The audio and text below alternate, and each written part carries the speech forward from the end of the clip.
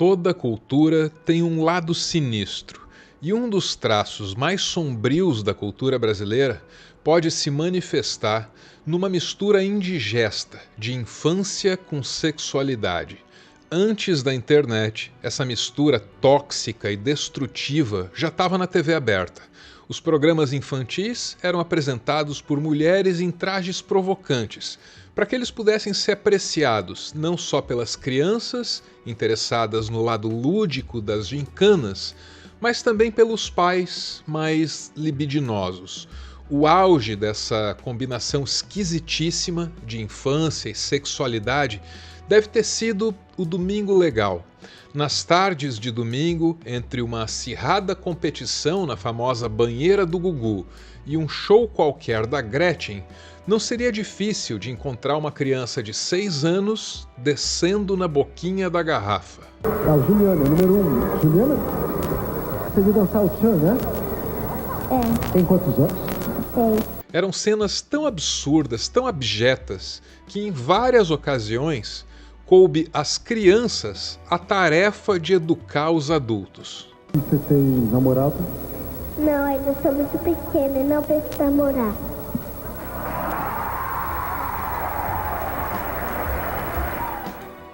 Isso era exibido na televisão aberta durante o dia e hoje, só hoje, a gente começa a olhar para trás e a compreender que se o que ia ao ar era de gosto duvidoso, o que ficava nos bastidores era muito, mas muito mais hediondo.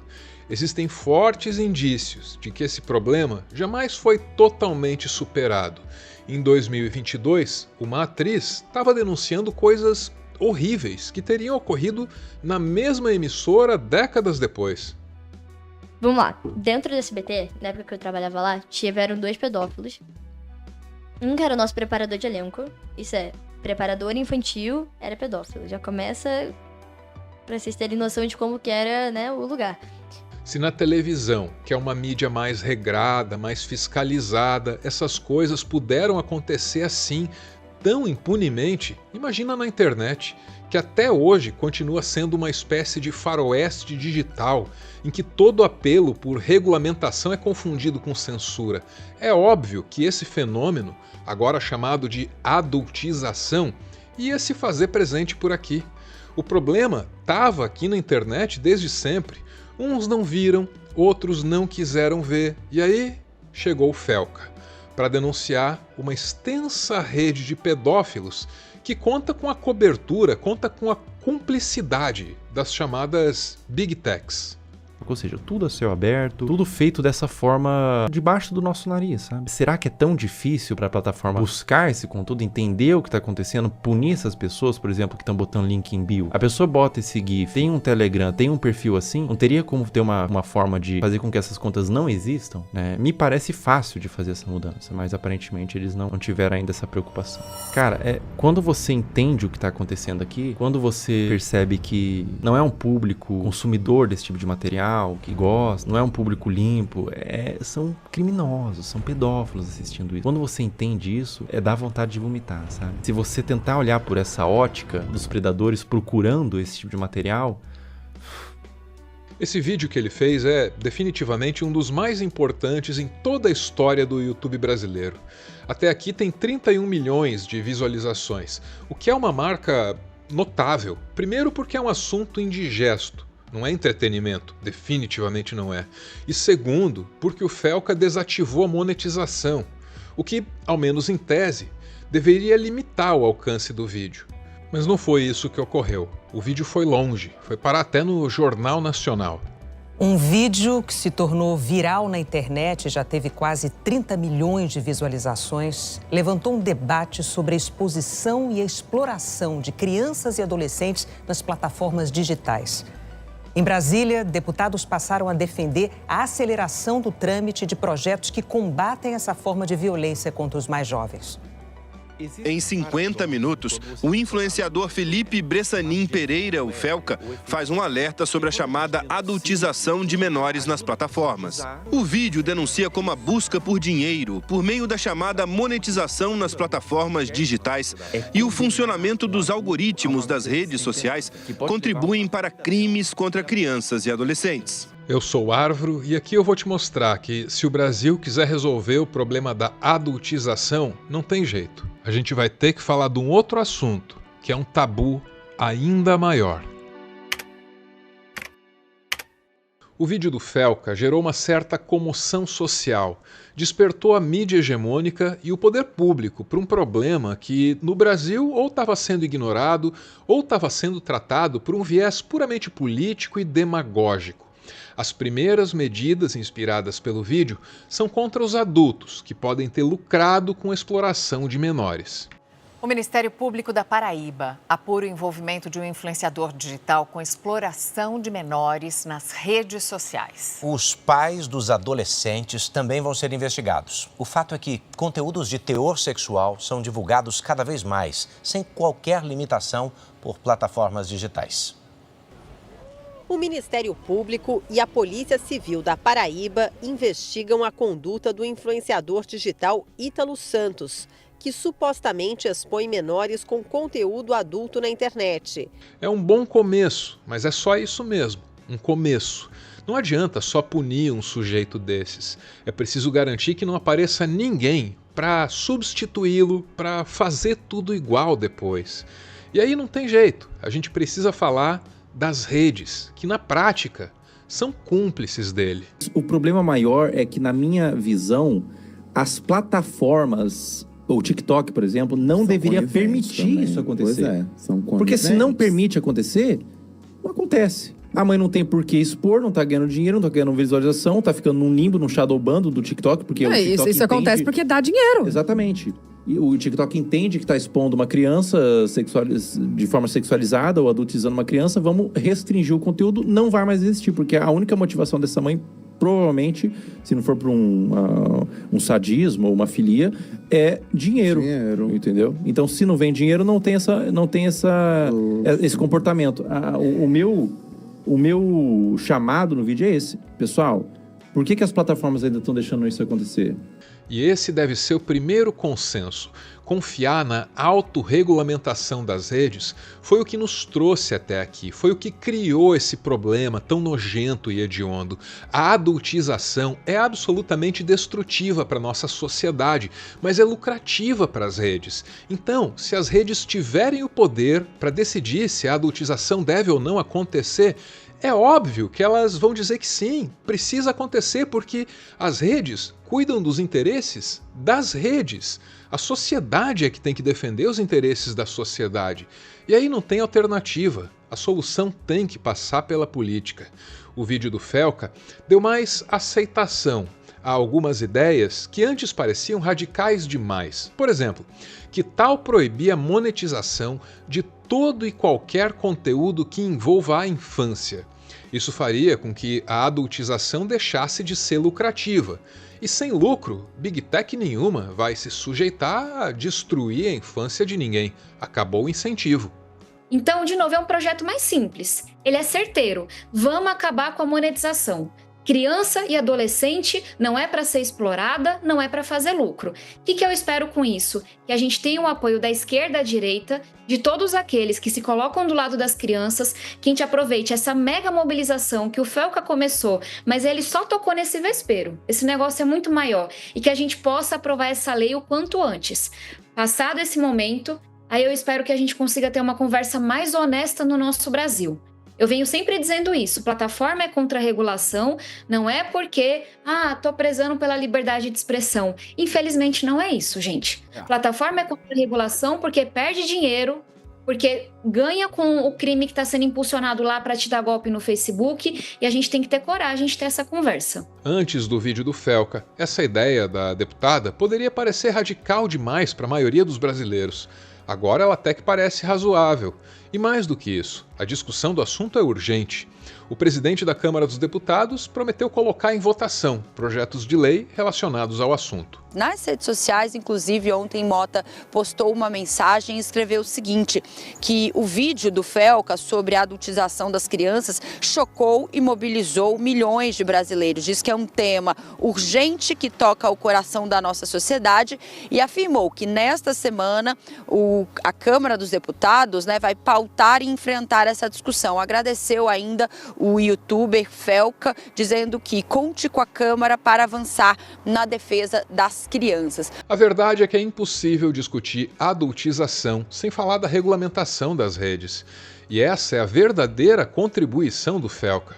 Até aqui, regulamentar as redes foi encarado por uma boa parte do público como uma tentativa de impor a censura do Estado. Felca, sem nem falar em regulamentação, basicamente mudou a abordagem da mídia hegemônica para esse tema que está intimamente ligado a outros assuntos que são tão urgentes quanto a adultização. Quer um exemplo? As sanções dos Estados Unidos ao Brasil. Isso tudo não tem como não trazer à tona a questão da regulamentação das redes, Elisa. A gente sabe que é um tema polêmico, que o governo federal custa para avançar nesse modelo, encontrar uma fórmula de impor regras mais rígidas à disseminação de conteúdo nas redes sociais e a quem consegue ter acesso a crianças nas redes sociais, sem que isso acabe esbarrando numa reação muito forte de determinados setores que defendem que esse seja um ambiente mais livre. Agora, aqui a gente está falando de adultização, de sexualização de crianças, mas o universo de perigos, de riscos é muito maior, né, Elisa? A gente tem observado no governo federal um esforço para trazer essa pauta para discussão. Pode parecer uma coisa sem muito vínculo à primeira vista, mas a gente também tem tratado disso aqui. Toda essa polêmica sobre o tarifaço passa pela discussão sobre a atuação das Big Techs também, e a questão das regras que guiam a nossa internet aqui no Brasil. Felca conseguiu criar um consenso. A adultização é errada, é moralmente execrável, socialmente destrutiva. Tem que parar. Desse consenso, pode nascer um debate mais maduro, mais equilibrado, sobre a regulamentação das redes. Um debate que não se resuma ao é censura, não é censura. Só com isso, ele já prestou um grande serviço ao Brasil. Mas nem isso significa que o nosso país esteja sabendo aproveitar os benefícios de ter um Felca nas suas redes. Antes da adultização, ele já tinha virado o inimigo número 1 das bets. Quem joga um joguinho são os influenciadores que têm 50 milhões, 20 milhões, 10 milhões, 1 milhão, 3 milhões na conta. O público que a casa de aposta quer não é o cara que joga um joguinho, porque isso faz mal pra casa de aposta. O público que a casa de aposta quer é o cara que tá desesperado, cara. E o cara, quando tá desesperado, ele tá a ponto até de roubar comida no mercado pra comer.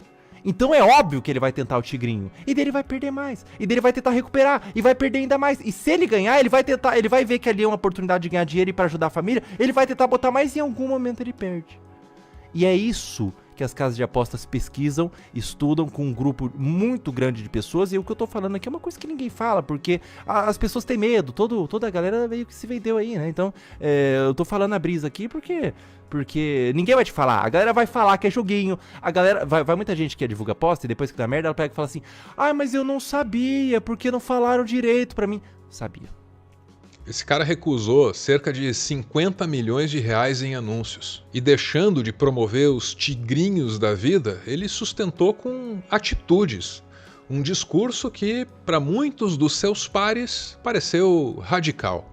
Contra. Eu já fiz bet. Eu ia falar a favor. Você já fez bet? Eu já fiz bet. E aí? Eu acho você que tem tá o quê? Errado. Eu Contra. acho que tá errado. Mas uma coisa é o Luqueta fazer bet. Outra coisa é eu, que sou uma trans, que tem pouca oportunidade, e aí aparece uma oportunidade pra mim, e eu não vou desperdiçar a oportunidade de ganhar esse dinheiro, Vanessa, mas é sempre avisando. Vanessa, eu acho que você, por mais que seja uma mulher trans, e tem muita dificuldade, tenho muitas com certeza muita dificuldades. dificuldade, a mulher trans sofre muito no Brasil, é o país que mais mata mulheres trans. Eu acho que você é uma pessoa talentosíssima, você é uma pessoa engraçada, carismática, uma pessoa criativa. Eu acho que você consegue ganhar dinheiro sem anunciar bets. Mas eu fiz por pouco tempo, foi bem no início. E aí eu refletindo, conjecturando a respeito, eu cheguei à conclusão de que realmente traz muitos males à sociedade. E aí eu decidi parar. Maravilha, que bom que parou. Eu fiz uma reflexão. Que bom que parou. Mas contra as bets, Felca perdeu. O Brasil vai continuar apostando, as casas de apostas vão fazer dinheiro, os influencers também. E vai morrer gente por causa disso, não tenha dúvida, a verdade é essa. A mídia hegemônica não respaldou as denúncias do Felca contra as bets. Ao invés disso, optou por abrir as suas próprias casas de apostas. A Globo hoje é sócia de uma delas. E se no intervalo do Jornal Nacional tem anúncio de bet, não espere ver o Jornal Nacional denunciar a tragédia que é ter bet operando no Brasil. Nessa, o Felca continua e, ao que tudo indica, continuará meio sozinho. Sim, a questão das bets veio muitas ameaças, a questão da adultização, existe uma ameaça de processo, provavelmente existe a gente conta com isso, que vai existir alguns processos aí. Até mesmo a denúncia da adultização, que faz o Felca ser visto como um herói, traz problemas para ele. Enquanto ele estava seguindo os perfis no Instagram envolvidos nesse fenômeno da adultização, ele era acusado de pedofilia pelos tuiteiros mais irresponsáveis. Agora ele está processando mais de 200 pessoas que podem até fazer um acordo para se livrar do processo. Basta doar R$ 250 para entidades que, de alguma forma, combatem a adultização. É desagradável, né? Mas nem é a pior consequência para ele. Você já recebeu alguma ameaça por conta desses vídeos que você faz de assuntos delicados? Muitas. Eu comecei a andar com carro blindado. Comecei a andar com carro blindado de segurança. Muitas ameaças. Sim. Você anda hoje em dia com carro blindado? Sim. No jornalismo, é comum a figura do ombudsman. É um jornalista contratado pelo jornal, tem estabilidade no emprego e precisa fiscalizar tudo aquilo que o jornal e os outros jornalistas fazem. Isso é comum, ou deveria ser comum, porque na imprensa brasileira essa função simplesmente não existe. E entre os influencers, muito menos. Não há influencer que se dedique a fiscalizar os seus pares, porque não há influencer com moral para fazer isso. Não há ou não havia. O Felca está aí para assumir essa posição, ainda que ela o faça recusar contratos milionários, andar de carro blindado e assim por diante. Cabe a nós, o público, reconhecer, valorizar esse esforço e mostrar que fazer o bem compensa. Então, muito obrigado ao nosso jovem Felca, porque todo mundo quer ser influencer, mas pouca gente está disposta a ser uma boa influência. E o meu muito obrigado também vai para você que me ouviu até aqui. Só que aqui não sou só eu quem fala, não. Os apoiadores desse canal também podem falar. Eles mandam áudios num grupo lá no Telegram e aí eu edito esses áudios e os transformo no PS do nosso textão. Hey, listen! Você mata a charada quando você reduz o tema a uma fórmula simples, que é a lógica do mercado. É o vale tudo pelo lucro. A sociedade está sempre enxugando gelo, no meu modo de ver, quando tenta aparar as folhas e se esquece de que o mal está na raiz. É preciso haver uma regulação. O que as Big Techs querem? Lucro, dinheiro. Então, qualquer conteúdo que gere muita visualização e interação é positivo para as Big Techs. Não importa se o conteúdo é criminoso, se o conteúdo é imoral. Se der lucro, as Big Techs estão dentro. Não é o algoritmo que está ganhando dinheiro, né? São empresas, grandes empresas, multinacionais, que estão fazendo vista grossa para algo que é abominável. A regulamentação das redes, ela não está um pouco atrasada, ela está muito atrasada. Já no mínimo aqui 10, 15 anos que crimes são cometidos e pessoas lucram com os crimes que são cometidos nas redes. Eleições foram decididas com crimes ocorridos nas redes. E se não houver um processo de regulamentação, vamos continuar adoentando a nossa sociedade. Então, a regulamentação, se bem aplicada, obviamente, pode acabar salvando a saúde mental de inúmeras pessoas, crianças principalmente, e até mesmo de famílias, quando um pai ou uma mãe bem intencionado vê o filho, a filha, tira uma foto e acaba caindo no algoritmo de pessoas assim completamente, assim, para não falar a palavra correta, né? Pessoas completamente mal intencionadas, né? Acho que é um termo melhor. A gente já poderia ter políticas mais firmes, onde determinadas coisas sequer passariam mas não tem vontade política. E essa é a discussão, e isso só vai mudar com a pressão popular. É nisso, eu acredito nisso.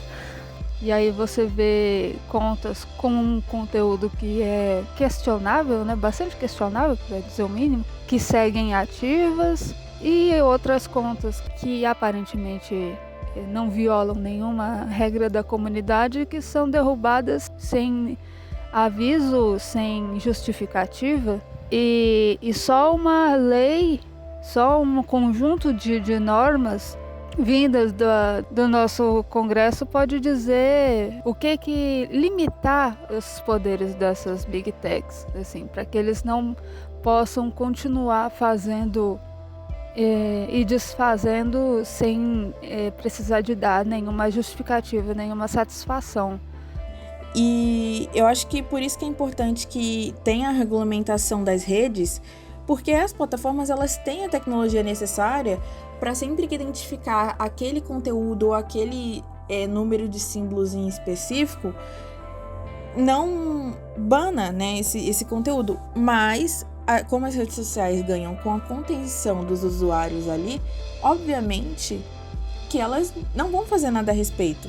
Né? Então, esse fenômeno do algoritmo que sequestra o público, entre aspas, consumidor infantil, é uma decorrência disso, dessa lógica do lucro a qualquer custo, que precisa ser enquadrada.